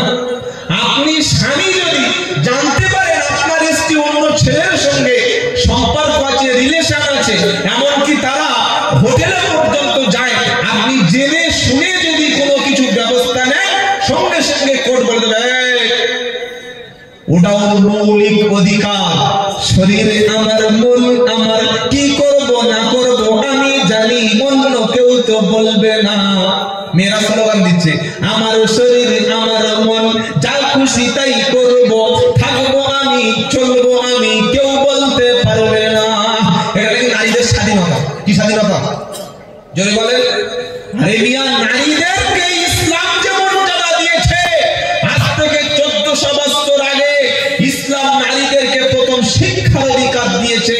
200 বছর আগে কোনো অমুসলিম হিন্দু মেয়ে স্কুলে যাওয়ার সুযোগ থাকতো না। 1400 বছর আগে ইসলাম শিক্ষার অধিকার দিয়েছে। বিশ্ব রাসূল পাক সাল্লাল্লাহু আলাইহি ওয়াসাল্লাম আয়েশা তিনি হাদিসের দাস দিতেন পর্দাওয়াল থেকে। সুবহানাল্লাহ বলেন। বাপের সম্পত্তিতে নারীর অধিকার, স্বামীর সম্পত্তিতে নারীর অধিকার, এটা কে দিয়েছে? ইসলাম দিয়েছে। ইসলাম নারীদেরকে দিয়েছে ধর্ষণের শাস্তি হলো মৃত্যুদণ্ড। আজকে আমাদের দেশে 16 মিনিট 15 মিনিটের মধ্যে একটা একটা করে ধর্ষণ হচ্ছে। আরজিকর কাণ্ড হলো, সেদিন বর্ধমান দুর্গাপুর কাণ্ড হলো, কত কাণ্ড, খালি ধর্ষণ সামনে আসছে, শুধু ধর্ষণ সামনে আসছে। 3 মাসের শিশু থেকে 70 বছরের বৃদ্ধাকেও বাদ যায় না। ভাবতে পারেন কোন জায়গায় চলে গেছে সমাজ? ধর্ষণ হয়ে যাচ্ছে, কিন্তু শাস্তি নাই, তার পানিশমেন্ট নাই, মৃত্যু নাই, তার শাস্তি দেয় না, তো ধর্ষণ বাড়বে না কি বলবে? কিন্তু ইসলাম বলছে কোন বেটা ছেলে বাড়িতে বিবি রেখে যদি অন্য নারীর সাথে সম্পর্ক করে, ওকে পাথর ছুঁড়ে মেরে দিতে হবে। আর কেউ যদি বিয়ে করার আগে ওটা আমার গার্লফ্রেন্ড, ওটা আমার বয়ফ্রেন্ড, মিষ্টি মিষ্টি কথা, মাঝে মাঝে দেখা, মাঝে মাঝে ঘুরতে যাওয়া, মাঝে মাঝে এনজয় করা, মাঝে মাঝে হোটেলে যাওয়া, ওর ফাঁকে যদি ফিজিক্যাল রিলেশনটা করে, ইসলাম বলছে তাকে 100 চাবুক মারতে হবে। কত জোরে বলেন? 100 চাবুক মারতে হবে। আর কেউ বিয়ে করার পরে কোনো ভাবি, কোনো চাচি, 1 ছেলের মা, 2 ছেলের মা, হারাধনের মা, দীপালির মা, শেফালির মা, মারিয়ামের মা, পাড়ার ছেলেদের সঙ্গে যদি এরকম হারাম কাজে ধরা পড়ে, কোরআন শোনাচ্ছে তাহলে ওর শাস্তি হলো মৃত্যুদণ্ড। ইসলামে 3টি ব্যক্তিকে মৃত্যুদণ্ড দিয়েছে। ইসলাম কয়টা ব্যক্তিকে বলেন? আমার কথা না, ইয়া আইয়ুহাল্লাযীনা ফিল কতলা আল হুররু বিল হুররি ওয়াল আবদু বিল আবদি ওয়াল উনসা বিল উনসা। দ্বিতীয় পারা সূরা বাকারার 178 নম্বর আয়াতের 7 নম্বর পৃষ্ঠার ঠিক উপর থেকে 3-4 লাইন নিচেতে আল্লাহ পাক বলছে, ইয়া আইয়ুহাল্লাযীনা আমানু কুতিবা আলাইকুমুল কিসাসু ফিল কতলা। এই বান্দারা, আমি আল্লাহ লিপিবদ্ধ করে দিয়েছি, আমি আল্লাহ রেজিস্ট্রেশন করে দিয়েছি, আমি আল্লাহ এই বিলটাকে একদম সংবিধান হিসাবে রচনা করে দিয়েছি। সেটা হলো কি, কুতিবা আলাইকুমুল কিসাসু ফিল কতলা। একজন ব্যক্তিকে যদি হত্যা করা হয়, তার পরিবর্তে যে হত্যা করবে তাকেও হত্যা করতে হবে। 2 নম্বর হলো, কেউ যদি ইসলাম ধর্ম থেকে ত্যাগ করে আর ইসলামী রাষ্ট্রের বিরুদ্ধে যদি সে যুদ্ধ ঘোষণা করে মুরতাদ হয়ে যায়, তাকেও মৃত্যুদণ্ড ইসলামিক কোর্ট দেবে। 3 নম্বর ইসলাম বলল, কেউ যদি বিয়ে করার পরে স্বামী কিংবা স্ত্রী রেখে নিজের ইচ্ছা মতো মন চেয়েছে তাই, ভালো লেগেছে তাই, বউতে আর ভালো লাগে না, এখন পুরাতন জামা গেঞ্জির মতো লাগে, ওই পুরাতন স্বামী ভালো লাগে না, একই জিনিস বারবার টেস্ট মজা লাগে না, তাই নতুন স্বাদ ভালো লাগে, এমন খারাপ কাজে যদি কেউ চলিয়ে যায়, ইসলাম বলছে তার শাস্তি হচ্ছে পাথর মারতে মারতে মেরে দাও। কে পাথর মারবে? যে মারবে তো তার ঘাড়ে পাথর পড়বে। কি বুঝলে বাবাজিরা, আল্লাহ ভাইরা? ইসলাম নারীর জান মালের নিরাপত্তা ইসলাম দিয়েছে। তাই যে গ্রামের মহিলারা পর্দার সঙ্গে চলে, যে গ্রামের মহিলারা হিজাবের সঙ্গে চলে, যে গ্রামের মা বোনদের মধ্যে হিজাব আছে, সেই গ্রামে আলেম ওলামা আল্লাহ ওয়ালাদের সংখ্যা বেশি। একবার জোরে বলুন সুবহানাল্লাহ। কি বলেছি বুঝতে পেরেছেন? মাদ্রাসার কেন দরকার? মাদ্রাসা থাকলে সেখানে হাফ প্যান্ট পরা লোকের সংখ্যা বেশি হবে না কম হবে? জোরে বলেন, কম হবে।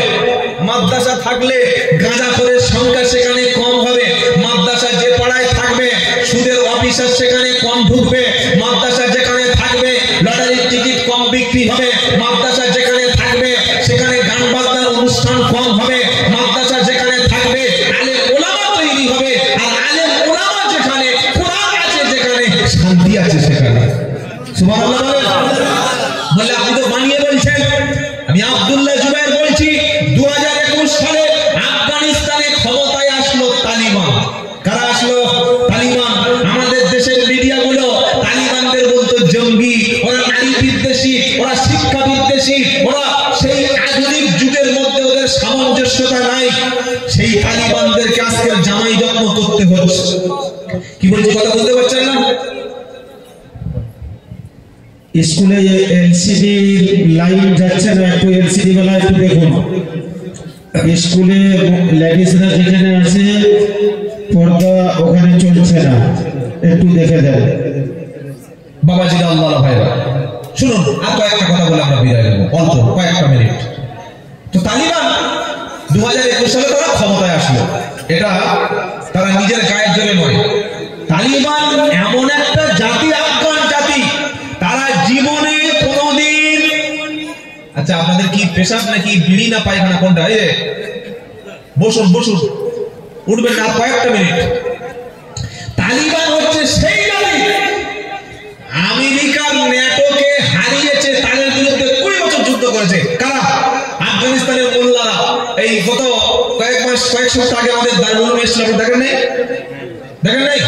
হ্যাঁ, মোল্লা, মাথায় পাগড়ি, সাধারণ মোল্লা। ও দেখলে যে কোনো ব্যক্তির এমনি 2 লিটার জল এমনি খেয়ে নেবে ভাই, চেহারা দেখলে। কি বুঝলেন? তো আফগান জাতি 20 বছর আমেরিকা ন্যাটো জোটের বিরুদ্ধে যুদ্ধ করেছে। আর কি তার আগে 20 বছর ইউরোপীয় ইউনিয়নের বিরুদ্ধে যুদ্ধ করেছে। কারা? তালিবান। আফগানিস্তান 40 বছর তারা লড়াই করে তাদের মাতৃভূমিতে তারা ইসলামিক আমিরা, ইসলামিক হুকুমত প্রতিষ্ঠা করেছে। আলহামদুলিল্লাহ বলবেন না? আলহামদুলিল্লাহ জোরে বলেন। ভয় পাচ্ছেন নাকি? কি বললেন? কত নিরীহ যুবককে তালিবান সন্দেহে জেলে রাখা হতো। তো আজকের সেই তালিবানদেরকে আমাদের দেশে সাদরে গ্রহণ করতে হচ্ছে। এর নাম হচ্ছে আল্লাহ। তার নাম কি? আল্লাহ। কখন যে কাকে ক্ষমতায় আনেন আর কখন যে ছুঁড়ে ফেলেন সেটা আল্লাহ জানেন। তো আমি তালিবানদের কথা কেন বললাম? 4 বছর তারা ক্ষমতায় আছে, আজ পর্যন্ত আফগানিস্তানে একটা মার্ডারের কোনো রেকর্ড নাই, 4 বছরে একটা ধর্ষণের কোনো রেকর্ড নাই। কেন নাই? সেখানে ইসলামিক হুকুমত আছে।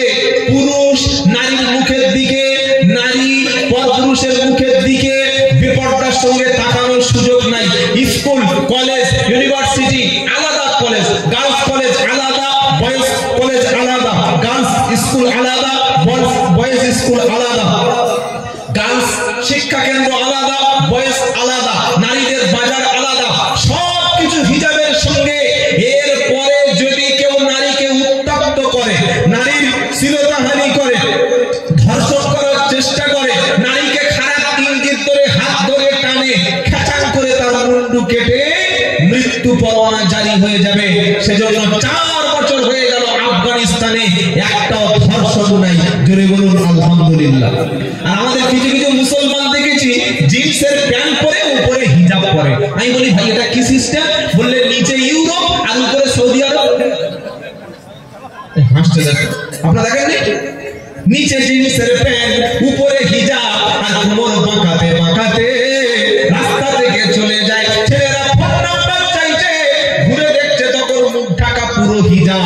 নিচের দিকটা রয়েছে কি জিন্সের প্যান্ট পরা, হাই হিল জুতো পরা। পিছন দেখলে মনে হবে দাদা, আর সামনের দিকে তাকালে হিজাব পরে এমন করে যাচ্ছে যেন আল্লাহ ওয়ালি মেয়ে। উপরে সৌদি আরব, নিচে আছে ইউরোপ। এটা ইসলামিক দেশ না। আরে ইসলাম নারীদেরকে কি দেশ দিয়েছে?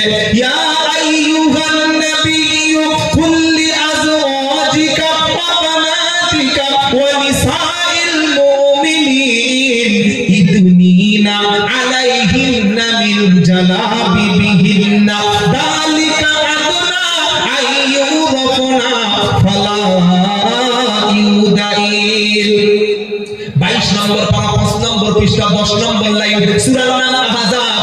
আল্লাহ বলছে নবী, ইয়া আইয়ুহান নবী, ও আমার প্রিয় নবী, কুল্লি আজওয়াজিকা, তোমার স্ত্রীদেরকে বলুন, ও বানাতিকা, তোমার কন্যাদেরকে বলুন, ও নিসাইল মুমিনিন, আর মুসলমান নারীদেরকে বলুন তারা যেন মাথার চাদরটা দিয়ে, মাথার ওড়নাটা দিয়ে, মাথার কাপড়টা দিয়ে, তাদের জালবাব দিয়ে তাদের চেহারাটা ঢেকে নেয়, তাদের চেহারাটা ঢেকে নেয়। তাহলে নারীদের মুখটা খোলা রাখা যাবে।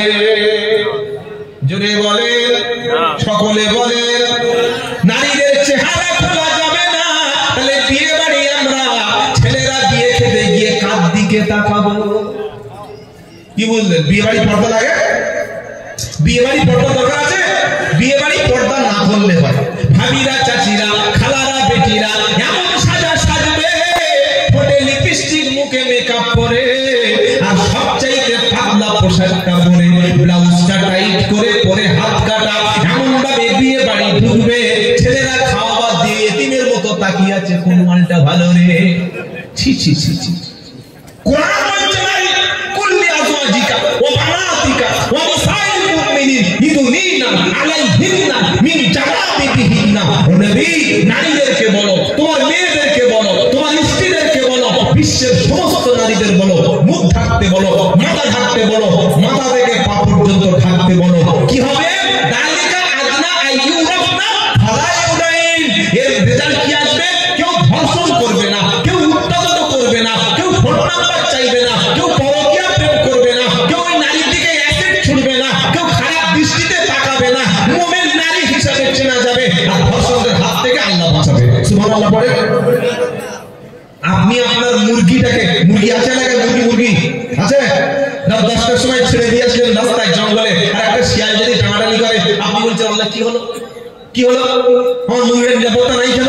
আমার মুরগিটা 10টার সময় কে নিয়ে গেল? কেন শিয়াল নিয়ে নিল? তারপরের দিন রাস্তায় মিছিল করছেন, আমাদের স্বাধীনতা, নারীদের স্বাধীনতা ফিরিয়ে দাও, ফিরিয়ে দাও। শিয়াল আমার মুরগি খেয়েছে কেন? জবাব দাও। এই যে আরজিকর কাণ্ড হলো, মেদিনীপুর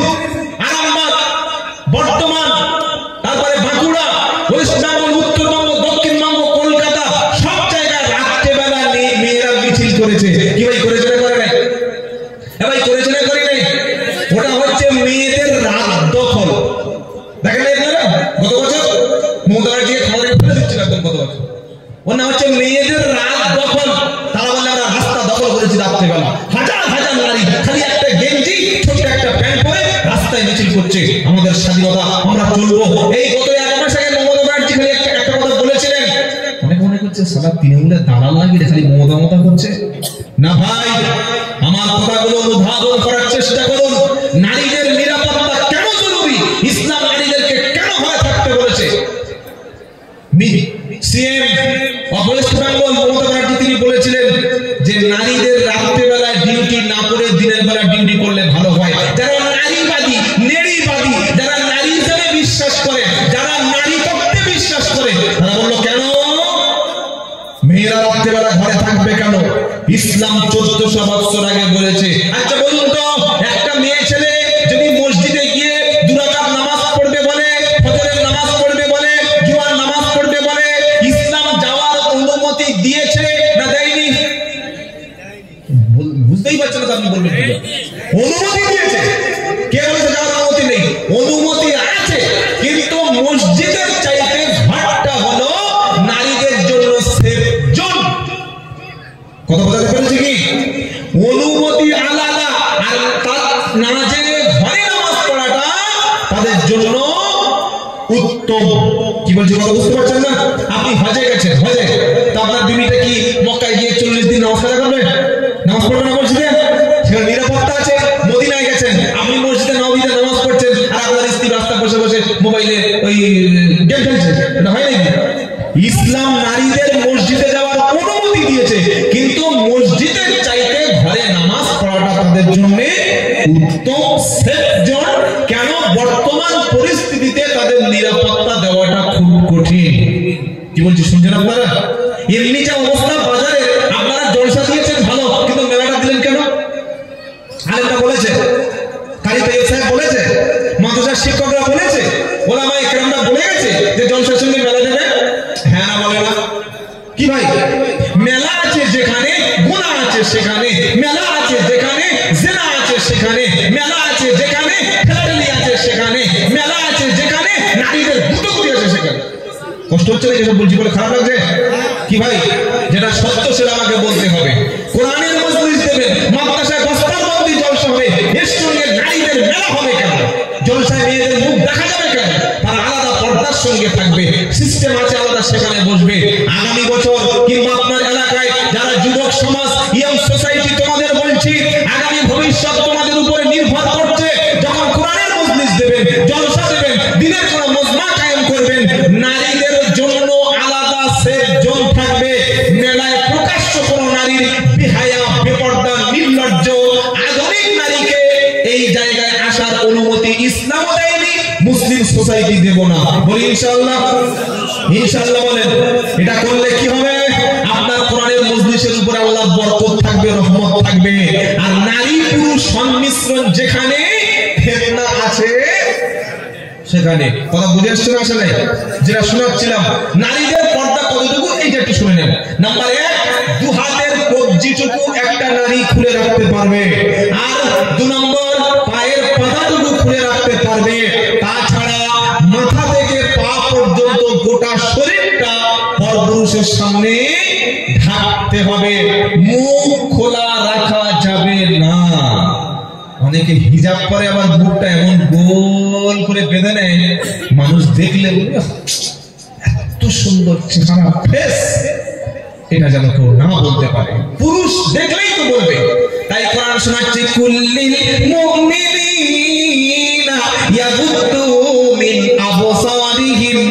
এটা 18 পারা 12 পৃষ্ঠা 5 নম্বর লাইন 27 30 নম্বর আয়াত সূরা নূর। আল্লাহ বলছেন, পুরুষেরা, পুরুষ তোমাদের চোখটাকে তোমরা কন্ট্রোল করো, নিম্নগামী করো, পরনারী থেকে তোমাদের চোখটাকে হেফাজত করো।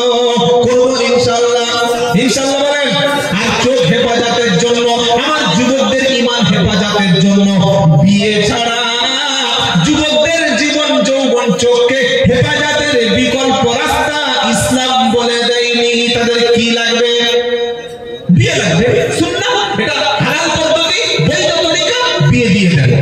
খবরদার, আপনার ছেলে আপনার মেয়ে উপযুক্ত হয়ে গেছে, আপনি দেখে দিয়ে দিয়েছেন, গুনাহ করছে, জেনা করছে, অনলাইনে তার রিলেশন আছে, পরনারীর প্রতি আসক্ত হয়ে পড়েছে, আপনি জানছেন বুঝছেন ছেলে নিজে পায়ে দাঁড়াতে পারে না, পরের পায়ে দাঁড়িয়ে আছে, ইনকাম করতে পারে না, কি খাওয়াবো? আপনি আল্লাহ, নাউজুবিল্লাহ, রাজ্জাক আপনি তো আব্দুর রাজ্জাক, আর রাজ্জাক তো আল্লাহ। রাজ্জাক কে? আল্লাহ, রুজি আল্লাহ দেবে।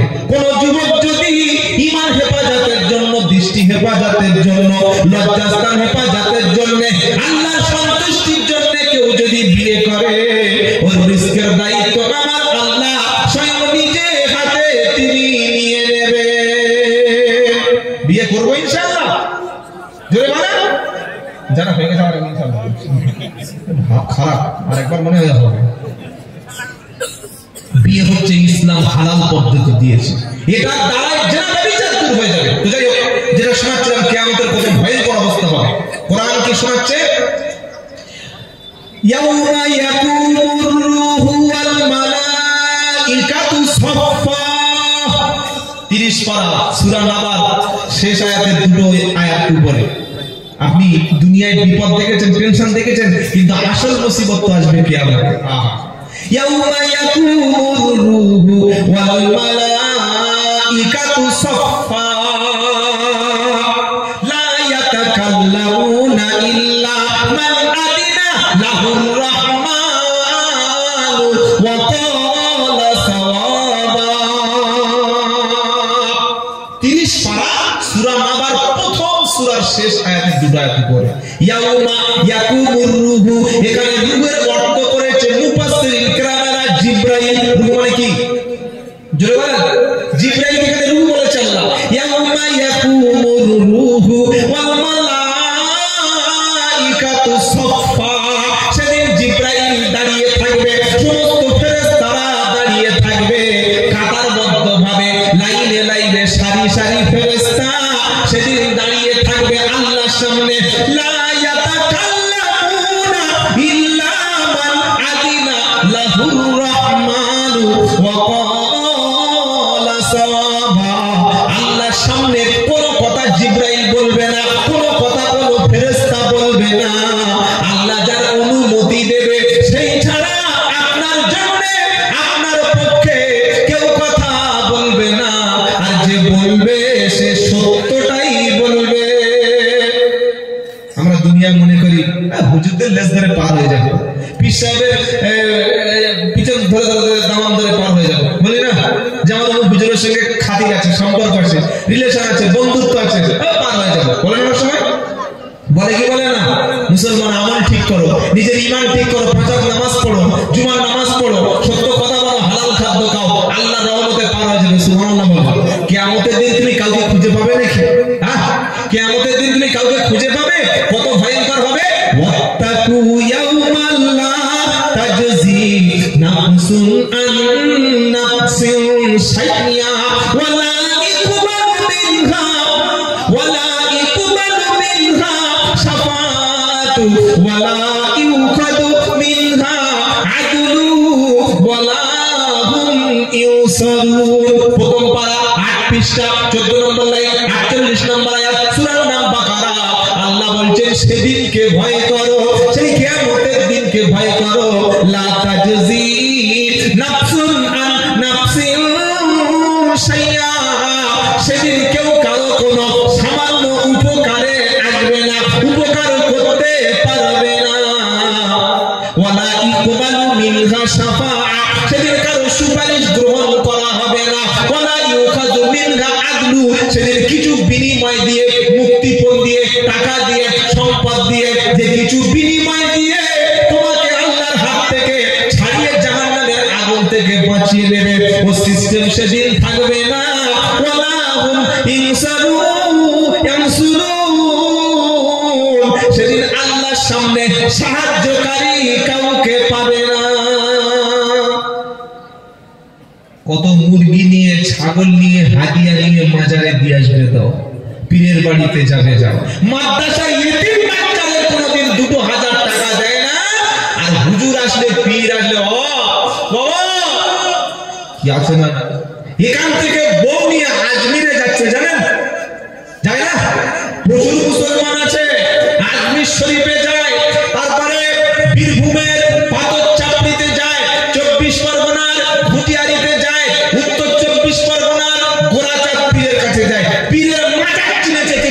ভাষা চেনে নাই। এই যে বাচ্চাগুলো হিফজ করলো, কোরআন মুকাম্মাল মাহফুজ হলো তাদের অন্তরের মধ্যে, বিশ্বনবী সাল্লাল্লাহু আলাইহি সাল্লামের হাদিস, একজন হাফেজে কোরআন 10 জন ব্যক্তিকে সুপারিশ করার অনুমতি প্রাপ্ত হবে এবং জান্নাতে নিয়ে যাবে। না সুবহানাল্লাহ বলার দরকার নাই, সেই ডিসেম্বর মাসের 15 তারিখের পরে বলবে। যদি বলুন সুবহানাল্লাহ। একজন হাফেজে কোরআন 10 জন। আর আপনি দুনিয়ায় যার পায়ে তেল দিয়েছেন, যার মাজারে গিয়ে সেজদা দিয়েছেন, যার বাড়িতে ছাগল নিয়ে গেছেন, যাকে মোটা মোটা হাদিয়া দিয়ে এসেছেন আর মনে করেছেন এত বড় পীরুনি তো যাবেই যাবে আর আমাকে নিয়েই যাবে, কিন্তু কি বলছেন আল্লাহ? কেউ কারো উপকারে আসবে না, কারো সুপারিশ গ্রহণ হবে না, কারো বিনিময়ে আমি নিচ্ছি না, আর সাহায্যকারী কেউ যদি বলে তাহলে আমার হাদিয়া মুরগি ছাগলগুলো কোথায় যাবে? ইমালগুলো খেয়ে তাহলে লাভটা কি বলো? আরো ক্লিয়ার হয়ে যাচ্ছে, সামনে চলুন। মানদাল্লাযী ইয়াশফাউ ইনদাহু ইল্লা বিইذনিহি। তৃতীয় পারা প্রথম পৃষ্ঠা 11 নম্বর লাইন 255 নম্বর আয়াত, সূরা বাকারার আয়াতুল কুরসির মধ্যে কোন আয়াত? আয়াতুল কুরসি কোরআনের শ্রেষ্ঠ সূরা, শ্রেষ্ঠ আয়াত হলো আয়াতুল কুরসি।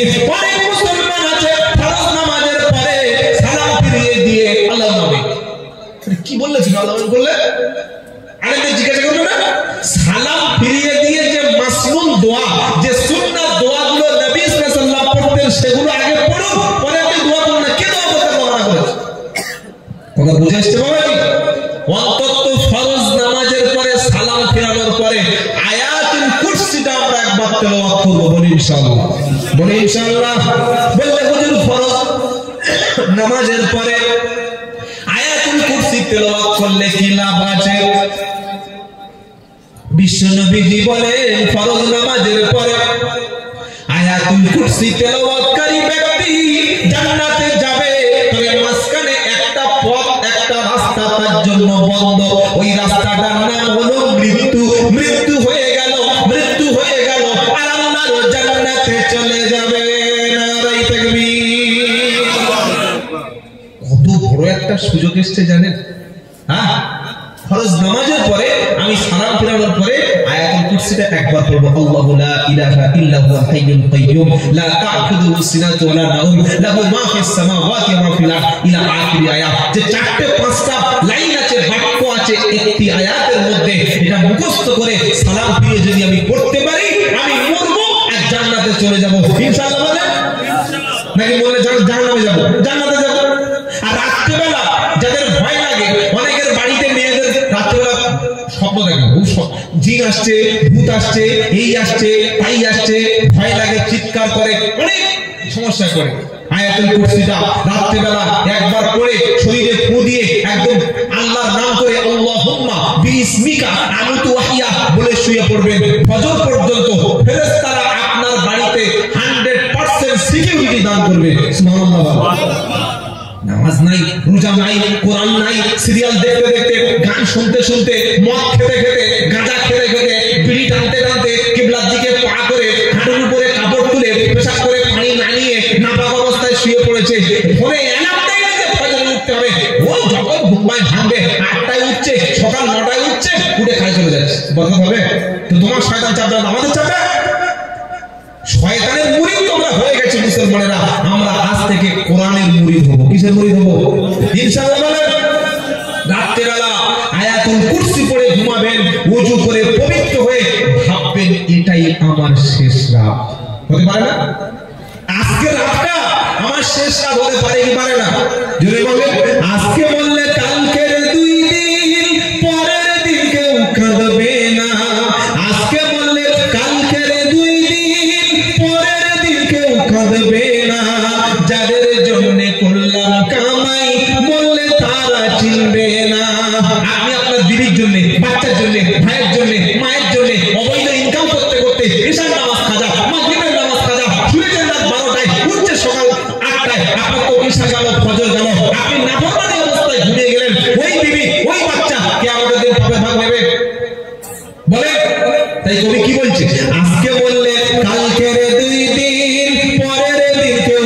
চলবে না, যাদের জন্য করলাম কামাই বললে তারা চিনবে না। থাকতে সময় করো আমল, ঈমান করো খাঁটি, থাকতে সময় করো আমল, ঈমান করো খাঁটি।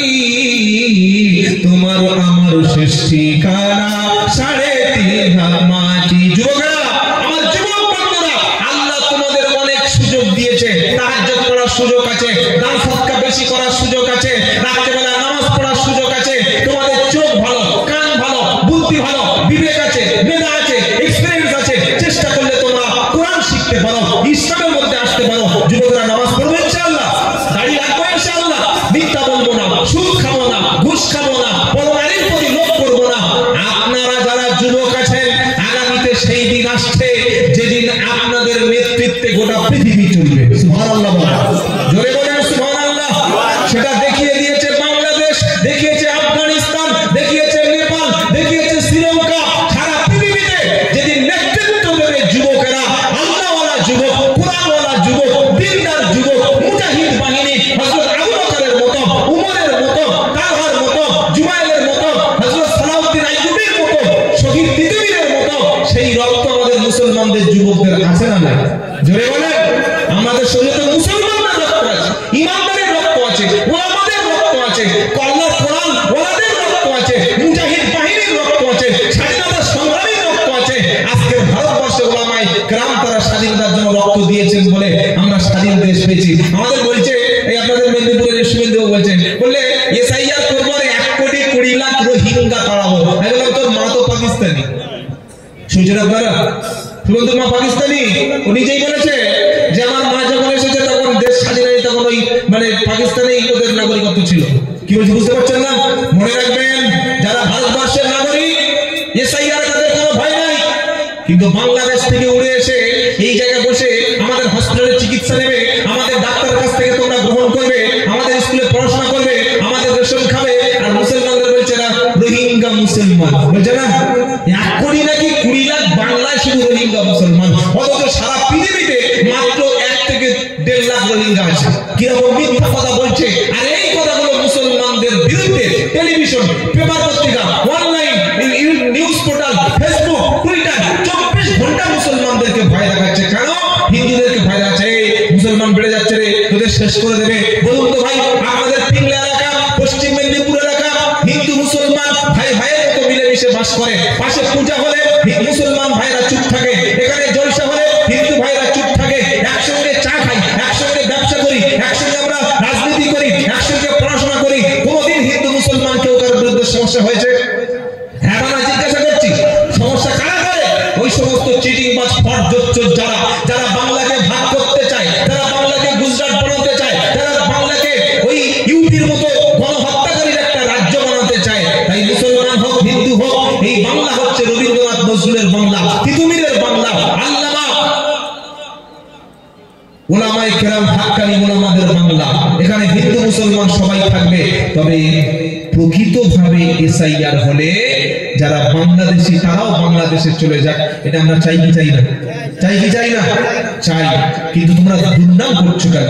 বদনাম দিচ্ছ কেন? টুপিদারিকে জঙ্গি বলছো কেন? পাকিস্তানি বলছো কেন? মাদ্রাসায় জঙ্গি তুলে এই কথা কেন বলছো? আরে মাদ্রাসায় তো স্বাধীনতা সংগ্রামী তৈরি হয় হয়েছিল বলেই তো তবে দেশ স্বাধীন হয়েছে। বলুন নারায়ে তাকবীর, নারায়ে তাকবীর, নারায়ে তাকবীর, নারায়ে তাকবীর। আমার সময় প্রায় শেষ হয়ে এসেছে। আর দুটো একটা কথা বলে বিদায় নেব। এই যে মাদ্রাসা, এটা হচ্ছে আমাদের জীবন। মাদ্রাসা কি?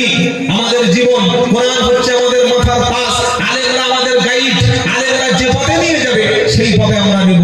যুবকরা ফিরে এসো কোরআনের দিকে, ফিরে এসো দিনের দিকে, ফিরে এসো ইসলামের দিকে। তোমরা মসজিদে ইমামতি করো, তোমরা মসজিদের দায়িত্ব নাও, তোমরা দিনের দায়িত্ব নাও। ইসলাম প্রচার হয়েছে যুবকদের দ্বারাই, আর ইসলামের বিরোধিতা করেছে বৃদ্ধরা। আর জান্নাতে কিন্তু কোনো বুড়ো লোক যাবে না। কি বললাম বুঝতে পেরেছেন? জান্নাতে 70 বছর, 80 বছর, 75 বছর, ওই 62 বছর বুড়ো লোক যাবে? আরে বলছেন না কেন? 70টা করে কুচি কুচি ভুল, ছোট ছোট মেয়ে, কি বললেন? আল্লাহর সুন্দর কুচি কুচি ভুল সব ভাই শুরু হবে। আল্লাহর পক্ষ থেকে দেবে, জান্নাতে দেবে মদ। তবে ওটা সারা বান তবুরা, নেশা হবে না, মাতলামি করবে না, পাগলা 26 নম্বর পারা 7 নম্বর পৃষ্ঠা 7 নম্বর লাইন 15 নম্বর আয়াত সূরার নাম মুহাম্মদ। আল্লাহ বলেছেন মাসালুল জান্নাতিল্লাতী উইদাল মুত্তাকুন ফিহা আনহারুম মিন মাইন গায়রি আসিন।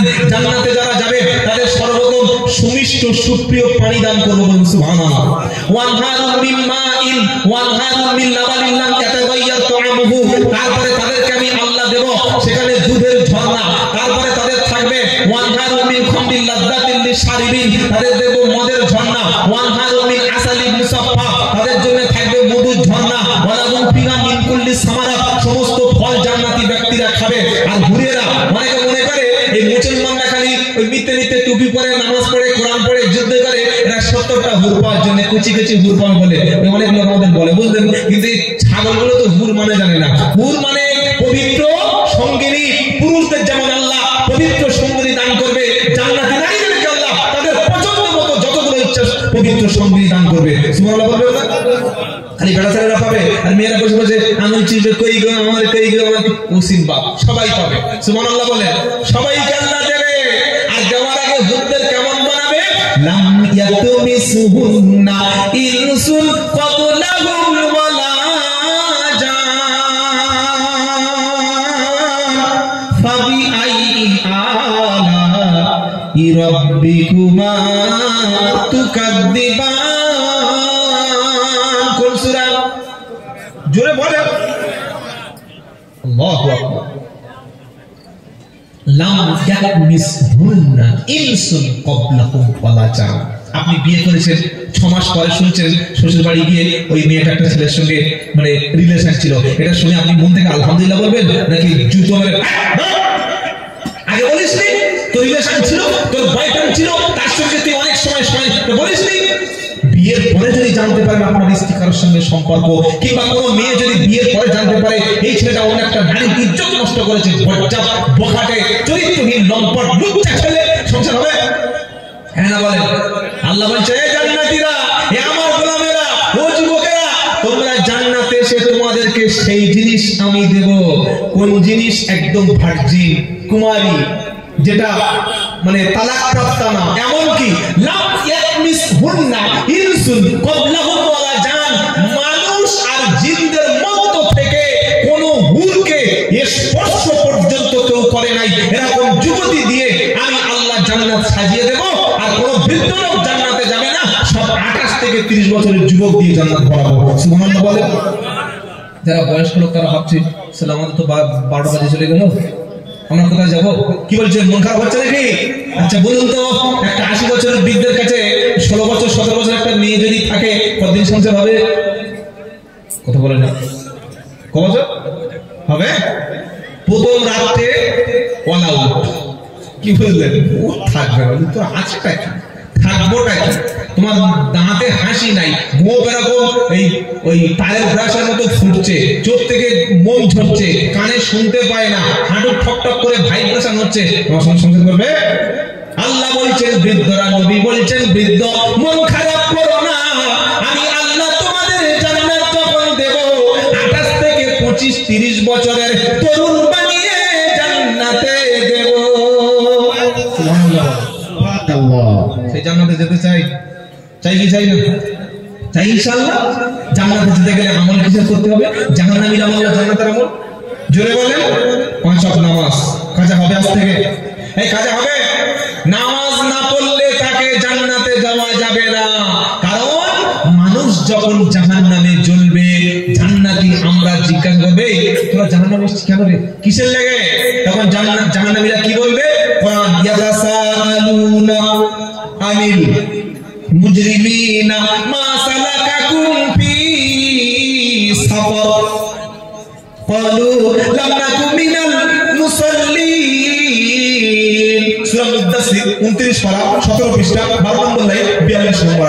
আল্লাহ বলছেন জান্নাতীরা জিজ্ঞাসা করবে এই জাহান্নামীরা কেন এলি রে বাবা, কিসের জন্য জাহান্নামে এলি বল? জাহান্নামীরা বলবে লাম নাকু মিনাল মুসাল্লিন, নামাজ পড়তাম না। নামাজ না পড়লে কি? জাহান্নাম। আর 5 ওয়াক্ত নামাজ পড়লে আল্লাহ তার গুনাহগুলিকে ক্ষমা করে দিয়ে জান্নাত দান করবে। সুবহানাল্লাহ বলে। আর 2 নম্বর ওয়ালাম নাকু নুতিমুল মিসকিন, মিসকিন এতিম অসহায় দুস্থ দরিদ্র ক্ষুধার্ত তৃষ্ণার্ত তাদের খাদ্য দেব, খাবার দেব, সহযোগিতা করব ইনশাআল্লাহ বলে। বলি ইনশাআল্লাহ।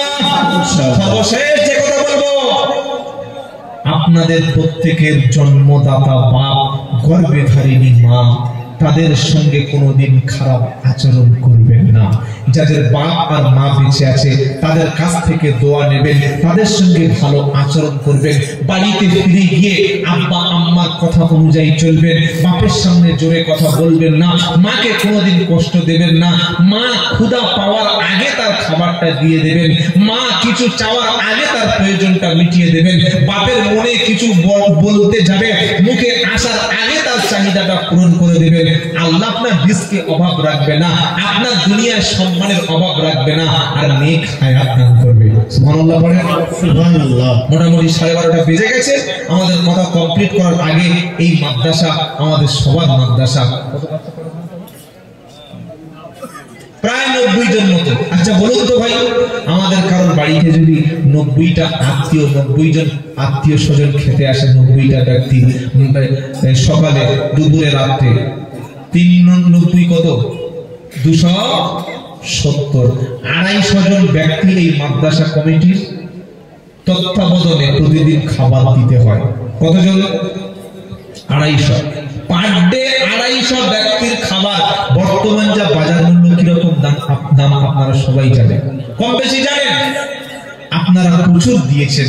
কারি তৈয়ব সাহেব আমার অত্যন্ত শ্রদ্ধার বন্ধু ভাজন ব্যক্তিত্ব, যদিও উনি ভাই ভাই করে বলেন, কিন্তু আমার বয়স তো আর ওনার সঙ্গে মানে কম্পেয়ার করলে হবে না।